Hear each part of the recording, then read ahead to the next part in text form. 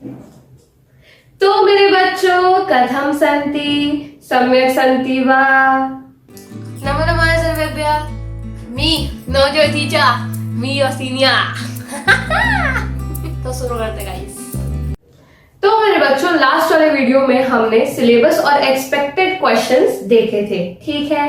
अब आज हम शुरू करने वाले हैं यूनिट 1, ठीक है। लेकिन यूनिट 1 का संहिता पाठ शुरू करने से पहले हम ये देखेंगे कि अगर हमारी 4 संहिताओं में से कोई भी संहिता का क्वेश्चन आता है तो उसका इंट्रोडक्शन हम कैसे लिखेंगे, ऑलराइट, कि मतलब आंसर बेसिकली किस टाइप से हम स्टार्ट करेंगे, ठीक है।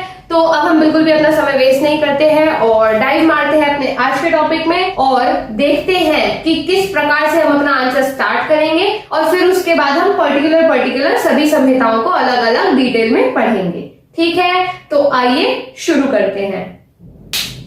तो मेरे बच्चों, ये है हमारा इंट्रोडक्शन। अब ये केवल एक आंसर का नहीं है, ठीक है। यूनिट 1 में जितने भी टॉपिक हैं जो कि बेसिकली संहिता है, तो संहिता कितने टाइप की थी? 4, यानी कि 4 वेद 4 संहिता।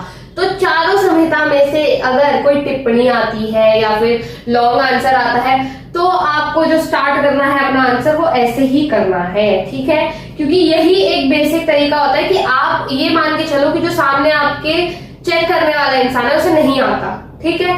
आप ये मान के चलो आता है उन्हें, ठीक है, तभी वो चेक कर रहे हैं, लेकिन आप ये मान के चलो कि आपको उन्हें बिल्कुल बेसिक से सिखाना है। जैसे कि मैं आपको बेसिक से सिखा रही हूँ कि मैं ये मान के चल रही हूँ कि आपको नहीं आता, ठीक है, तो मैं आपको बिल्कुल बेसिक से बता रही हूँ कि इस प्रकार से आपको आंसर लिखने हैं, समझ गए। तो अब देखो कि हमारे आंसर का इंट्रोडक्शन शुरू कैसे होगा। संस्कृत साहित्य भारतीय ज्ञान परंपरा का अमूल्य भंडार है, ठीक है। यह विश्व की सबसे प्राचीनतम एवं समृद्ध साहित्यिक परंपराओं में से एक है, ठीक। सामान्यतः संस्कृत साहित्य का विभाजन 2 प्रमुख भागों में किया जाता है, ये तो हमें ऑलरेडी पता है, वैदिक साहित्य एवं लौकिक साहित्य। फिर उसके बाद बीच में एक लाइन छोड़ दो, ठीक है, कि ये आपने पहले संस्कृत साहित्य का थोड़ा सा इंट्रोडक्शन दे दिया। अब आप आगे वैदिक साहित्य पे, तो हमें पता होना चाहिए कि हाँ भाई थोड़ा सा अलग टॉपिक शुरू हो रहा है, क्योंकि यहाँ पर आपने लौकिक साहित्य छोड़ दिया, ठीक है। तो आप यहाँ पे वैदिक साहित्य के लिए उससे पहले एक लाइन छोड़ दोगे, ठीक है।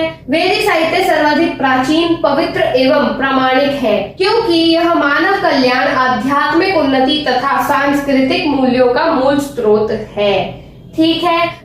तो ये मैंने यहाँ पर बहुत ही सिंपल भाषा में लिखा है, कोई बहुत ज्यादा भारी भरकम शब्दों का प्रयोग यहाँ पर मैंने नहीं किया है, ठीक है। अब हम चलते हैं आगे और इंट्रोडक्शन का थोड़ा सा और पार्ट रह गया है, वो देखते हैं हम। फिर उसके बाद हम देखेंगे अपने पहले वेद को और उसे डिटेल में समझेंगे, ठीक है। तो आइए देखते हैं। तो मेरे बच्चों, ये है हमारा बचा हुआ इंट्रोडक्शन का पार्ट जो कि हम अपने आंसर में लिखेंगे, ठीक है। वैदिक साहित्य का आधार 4 वेद हैं, ये हमें पता है, ठीक है। ऋग्वेद, यजुर्वेद, सामवेद और अथर्ववेद। देखो इनका जो वो है ना क्रम, वो जरूर याद करना। सामवेद या अथर्ववेद आगे पीछे मत कर देना कोई सा भी, जैसे लिखा है वैसे ही लिखना है आपको। भारतीय परंपरा में वेदों को अपौरुषेय तथा श्रुति माना गया है, अर्थात इनकी रचना मनुष्य द्वारा नहीं की गई, ठीक है। बेसिकली इंसानों ने, मानवों ने, पुरुषों ने इसकी रचना नहीं की है, ठीक है। और श्रुति क्यों कहा जाता है? श्रुति इसलिए कहा जाता है कि पहले जब हमारी आश्रम व्यवस्था चलती थी तब क्या होता था ना, मौखिक रूप से सिखाया जाता था सब कुछ, कि टीचर बोलते थे, बच्चों को याद हो जाता था, तो उनमें से आगे गुरु बनते थे, फिर वो आगे सिखाते थे, फिर वो आगे सिखाते थे, ऐसे परंपरा चलती थी, मौखिक परंपरा, ठीक है। तो इसलिए इन्हें श्रुति कहा जाता है कि सुन के और याद कर लिया जाता था और फिर आगे आगे आगे सिखाया जाता था। बट एक टाइम के बाद ऐसा हुआ कि वो परंपरा धीरे धीरे करके कम होती चली गई, मतलब कुछ समस्याएं आने लगी। फिर उन्होंने डिसाइड किया कि भाई हम अपने वेदों को, अपने शास्त्रों को, इन सबको लिखेंगे, ठीक है। आगे देखो, प्रत्येक वेद के 4 मुख्य भाग होते हैं, संहिता, ब्राह्मण, आरण्यक और उपनिषद। यानी कि जब आप ऋग्वेद पढ़ोगे तो ऋग्वेद की संहिता अलग होगी, ब्राह्मण अलग होगा, आरण्यक अलग होगा और उपनिषद अलग होगा। सेम गोज विद आगे के भी अलग अलग वेद, ठीक है। फिर उसके बाद हमने यहाँ पर एक लाइन छोड़ी है, क्यों? क्योंकि अब यहाँ पर हमारे पास संहिता, ब्राह्मण, आरण्यक और उपनिषद लिखा है लास्ट में, तो अब हमें ये 3 तो छोड़ देने, क्योंकि ये हमें इतना ध्यान नहीं देना, हमें संहिता देखनी है, ठीक है। तो हम यहाँ पे संहिता को अब एक्सप्लेन कर देंगे कि संहिता का अर्थ है संग्रह या संकलन, ठीक है। इसमें देवताओं की स्तुति, यज्ञों में प्रयुक्त मंत्र, प्रार्थनाएं इत्यादि का सुव्यवस्थित संग्रह देखने को हमें मिलता है। ठीक है, ये हमने संहिता एक्सप्लेन कर दिया। अब इसके बाद जो भी संहिता हमसे पूछी जाएगी, अब वो चाहे ऋग्वेद की संहिता हो, यजुर्वेद की हो, सामवेद की हो या फिर अथर्ववेद, किसी की भी हो, ठीक है, तो उस संहिता का हम इसके बाद से लिखना स्टार्ट कर देंगे। ठीक है, इसके बाद अब हम शुरू कर रहे हैं ऋग्वेद की संहिता। ठीक है, तो आज हम ऋग्वेद की संहिता को भी कंप्लीट कर लेंगे और उसे बिल्कुल डिटेल में समझ लेंगे। ठीक है, ताकि जब उसका क्वेश्चन आपके सामने आए एग्जाम में तो आप ऐसे बोलो ये तो भाई को आता है। ठीक है, तो आइए देखते हैं। तो मेरे बच्चों, अब हम स्टार्ट कर रहे हैं यहाँ से ऋग्वेद संहिता। तो सबसे पहले हम यहाँ पर ये देखेंगे तो कि ये जो ऋग्वेद शब्द है वो बना कैसे है। वो बना है दो शब्दों से, ऋग जमा वेद, तो इन दोनों को मिलाकर ऋग्वेद बनता है। ठीक है, ऋग का जो अर्थ है वो यह है कि जो देवताओं की स्तुति में मंत्र प्रयोग किए जाते हैं ना, उन्हें हम ऋग कहते हैं। ठीक है, और वेद जो शब्द है वो बना है विद धातु से, जिसका अर्थ है ज्ञान। ठीक, तो इसका जब हम एक पूरा मतलब समझेंगे ऋग्वेद शब्द का, तो वो निकलेगा देवताओं की स्तुति करने वाले मंत्रों के ज्ञान रूप संग्रह को ऋग्वेद कहा जाता है। हम वापस से उसी स्टेज पे आ गए हैं कि मैं आपको पॉइंट्स में सिखाऊंगी ताकि आपको अच्छे से याद हो, लेकिन आपको इन्हें याद करके जैसे मैं बोल रही हूँ वैसे लिखना है, यानी कि थोड़ा एक्सप्लेन करके लिखना है। ठीक है, क्योंकि जब आप ये आंसर लिखोगे तब आपको ध्यान रखना पड़ेगा, आपको आंसर लॉन्ग आंसर लिखना है कि अच्छा खासा मटेरियल और पेज दोनों कवर कर लो। ठीक है, तो आप उसको पॉइंट्स में नहीं कर सकते, तो आपको इसको लंबा करके एक्सप्लेन करके और लिखना ही पड़ेगा। इससे वैसे भी टीचर कुछ नहीं समझ पाएंगे कि ऋक और देव, जब तक आप समझाओगे नहीं कि ऋक का मतलब क्या है, देव का क्या मतलब है, तब तक उन्हें भी समझ में नहीं आएगा। ठीक है, तो आपको इसको एक्सप्लेन करके लिखना ही पड़ेगा।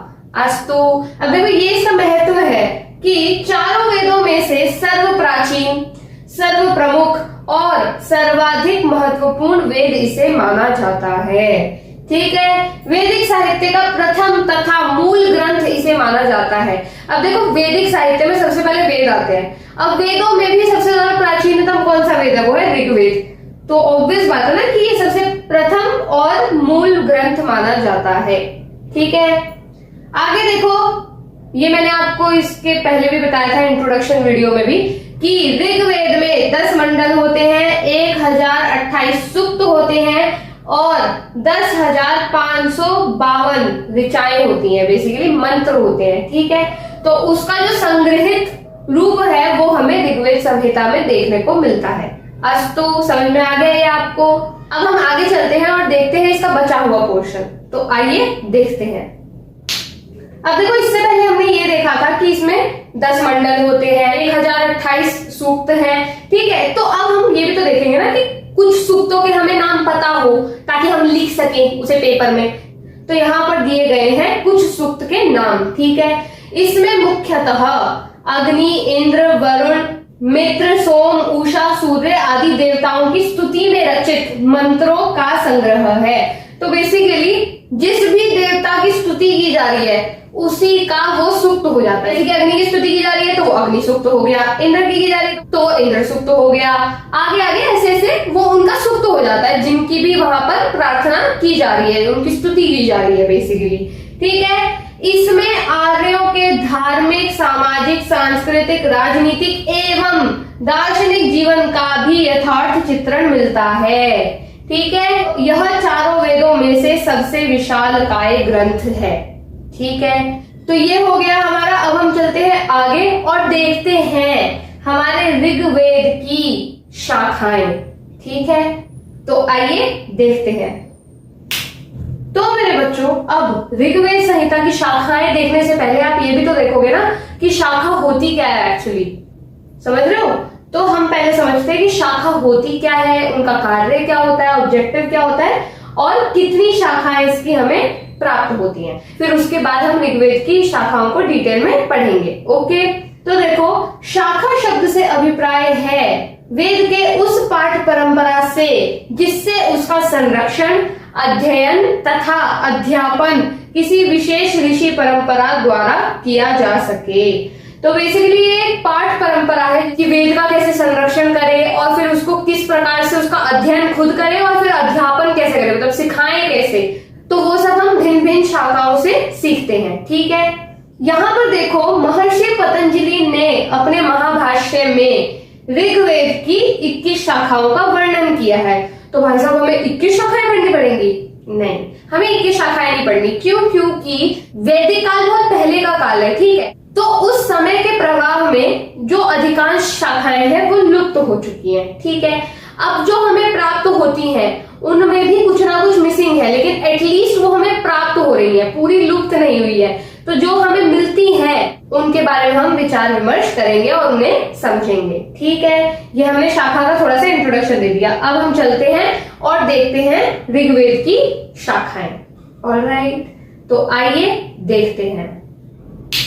तो मेरे बच्चों, जैसा कि अभी मैंने आपको बताया कि महर्षि पतंजलि ने अपने महाभाष्य में लिखा है कि ऋग्वेद की 21 शाखाएं हैं। ठीक है, यानी कि जब वो थे उस समय पर 21 शाखाएं उसकी प्राप्त हुआ करती थी। फिर मैंने आपको बताया कि समय के अनुसार वो लुप्त हो गई। तो अब जो हमें प्राप्त होती है, यानी कि जिनके बारे में बेसिकली हमें पता है कि उनके हम नाम जानते हैं और उनके बारे में थोड़ा बहुत जानते हैं, तो वो केवल है 5। तो देखो, इसमें हमें ध्यान देने वाली चीज है, इन सब के नाम याद होने चाहिए और इनमें क्या प्राप्त होता है और क्या प्राप्त नहीं होता ये भी हमें याद होना चाहिए। क्योंकि ये एक ऐसा टॉपिक है, अगर आप इसे नहीं लिखोगे तो आपको नंबर नहीं मिलेंगे, लेकिन अगर आपने लिखा और गलत लिखा तो भी नंबर कट होंगे। तो भाई याद कर रहे हो तो अच्छे से याद कर लेना इसको, पूरे टॉपिक को। ठीक है, और लिखकर तो आना ही है, तो अच्छे से क्यों ना लिख कर आओ। ठीक है, पहली जो हमारी शाखा है वो है शाकल शाखा। ठीक है, ये वो शाखा है जो कि हमें पूर्ण रूप से प्राप्त होती है और ये अभी वर्तमान काल में प्रचलित भी है। यानी कि ऋग्वेद जो हम पढ़ रहे हैं ना, मतलब जो पढ़ रहे हैं वो शाकल शाखा के अनुसार ही पढ़ रहे हैं। ऑलराइट, दूसरी जो हमारी शाखा है वो है बाष्कल शाखा। ये हमें उपलब्ध नहीं होती है, लेकिन हमें इसके बारे में ये पता है कि शाकल शाखा में 1017 सूक्त थे और बाष्कल शाखा में 1025 सूक्त थे। तो 8 सूक्तों का डिफरेंस आ रहा है, लेकिन देखने वाली बात यह है कि ये जो 8 सूक्तों का जो डिफरेंस है वो कवर अप हो चुका है। ठीक है, तो ये आप बात लिख सकते हो उसमें। आगे देखो, आश्वलायन शाखा। इसका जो संहिता है और इसका जो ब्राह्मण है वो हमें पूर्णतः प्राप्त नहीं होता। ठीक है, इसके हमें क्या उपलब्ध होते हैं? श्रोत्र सूत्र और गृह सूत्र इसके हमें उपलब्ध होते हैं। ठीक है, चौथे पे आ जाओ, शंखायन शाखा।